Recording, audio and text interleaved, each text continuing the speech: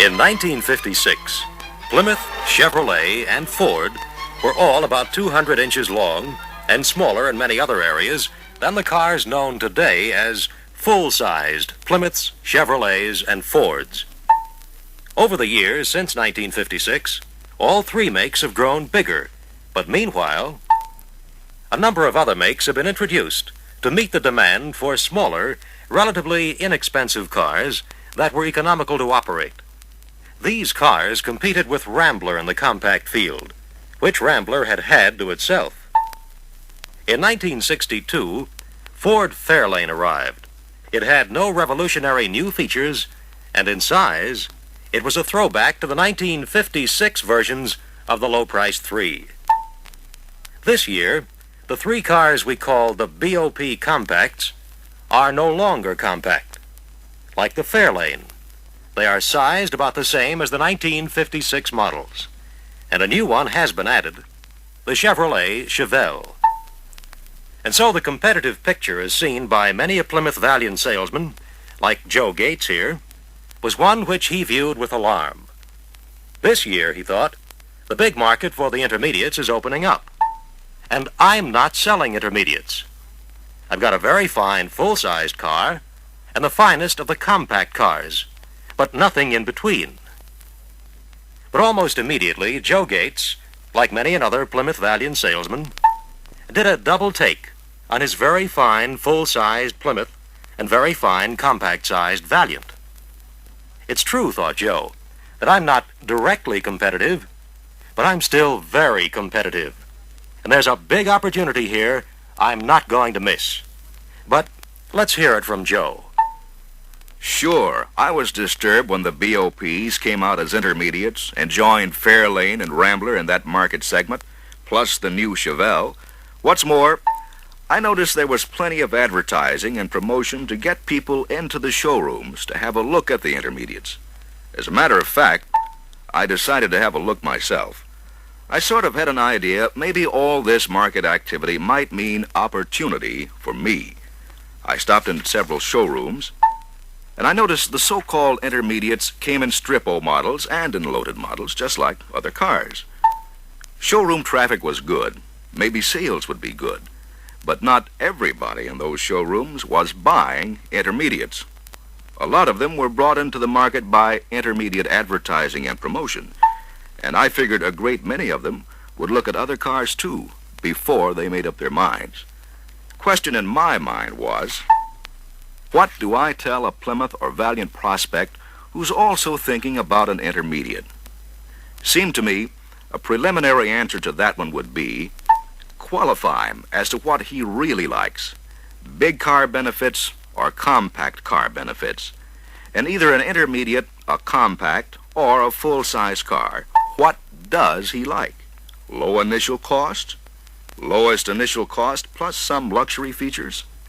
Operating economy? Exceptional maneuverability? Easy parking? Seemed to me that Valiant V100, V200, and Signet 200 provided quite a number of good answers for the prospect who wants any or all of these things. Or, suppose he's interested in low initial cost, good operating economy, power and performance, big interior dimensions.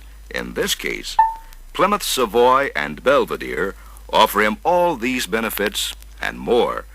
But take another case. Suppose price and operating economy are not all important to a prospect, and what he really wants are luxury features, maybe sports car features, and high performance, best possible handling characteristics. Well, a prospect like this should be invited to get behind the wheel of a Fury or Sport Fury with power steering and take it out on the highway, along with me, of course, or you. What I'm getting at is that many people who are thinking about the in-betweens, we can sell up to a full-size Plymouth or down to a compact Valiant, if we first qualify them, that is, on the kind of benefits they really consider most important. On a chart, you can see that Valiant's shorter length can mean plenty and easier parking, better maneuverability, particularly as compared with the BOPs. On another chart, you can see the difference in Plymouth's full-size car overall length and the shorter length of the others, particularly as compared with Fairlane, Chevelle, and Rambler Classic. Still another chart shows you the difference between Plymouth's full-size car luggage capacity and those of the in-between cars. Valiant, incidentally, has more luggage capacity than Classic and as much as Fairlane. But dimensions and their benefits, compact or full-size, are only part of what we have to sell to the prospect who thinks that perhaps an intermediate car has what he wants. We also have price to sell. I've checked out some comparative manufacturer-suggested retail prices, and it looks like we're really competitive. Without going into dollars and cents, Valiant V100 is well under the corresponding in-between models. Valiant V200 is under all except Rambler Classic. Signet 200, a luxury sports compact, is priced under all the in-between cars when they are comparably equipped. Signet 200 is also priced under the Special and F85 Strippo models. As for luxury and economy, you can really do a selling job with Signet 200 to the guy who wants both, plus the special characteristics of a compact car. And if he wants a V8 along with those special characteristics of a compact, we have it. The V100 two-door is the lowest priced V8 on the market, and the Signet 200 is the lowest priced bucket seat V8. How about prices of the full-size Plymouth and the intermediates? Well, we're very competitive there, too. For example, with our low-line Savoy, you'll notice we're under the Special and F85 and only a little over the others. Our price position with Fury and Sport Fury is also very competitive with comparably equipped intermediates. And when you call attention to the very slight difference in monthly payments, our prices look mighty attractive to the prospect you've qualified on really wanting full-sized car features with all the trimmings. Let's check some full-size car features every Plymouth offers the prospect who's got a notion to compromise but isn't quite sure yet. To start with, Plymouth has V8 engine options that top anything the intermediates have in the way of horsepower and performance. You can imagine, for instance, taking a man who's interested in both price and power and talking to him about a Commando 426 or even a 383 in a Savoy. And still on the subject of performance, we have 3-speed push-button torque-flight automatic transmission with the highest breakaway ratio in the industry. All the intermediates, except Rambler and Fairlane, have a 2-speed automatic transmission. Fairlane offers their 3-speed only with the optional 289 cubic inch V8. We have torsion air suspension, while all the others have either 4-coil springs or coils up front and leaves in back. And Plymouth's better ride is something your in-between car-minded man should experience. In the safety department, we have safety rim wheels, more brake lining area, and the only ones beside Plymouth with bonded lining are Chevelle and Rambler Classic. Plymouth has unitized construction. It's tougher and quieter riding than the body-on-frame construction used by the BOPs and the Chevelle. Valiant has practically all of these extra quality features too, and they're a big part of your Valiant sales story. Well, I think you'll agree that when you do some comparing, you've got two great sales stories.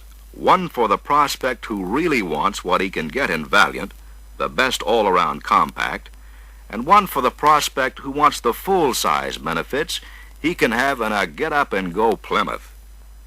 The thing to do, as I look at it, is to qualify your prospect as to what he really wants in his next new car. The particular benefits of a compact are those of a full-sized car as compared to a compromise car. Perhaps the biggest thing to remember is that we have on the shelf price cars, performance cars, luxury cars, economy cars, and just about any combination of those qualities your prospect can think of. For price and power, there's a Savoy with 365 horsepower and 4-speed stick shift.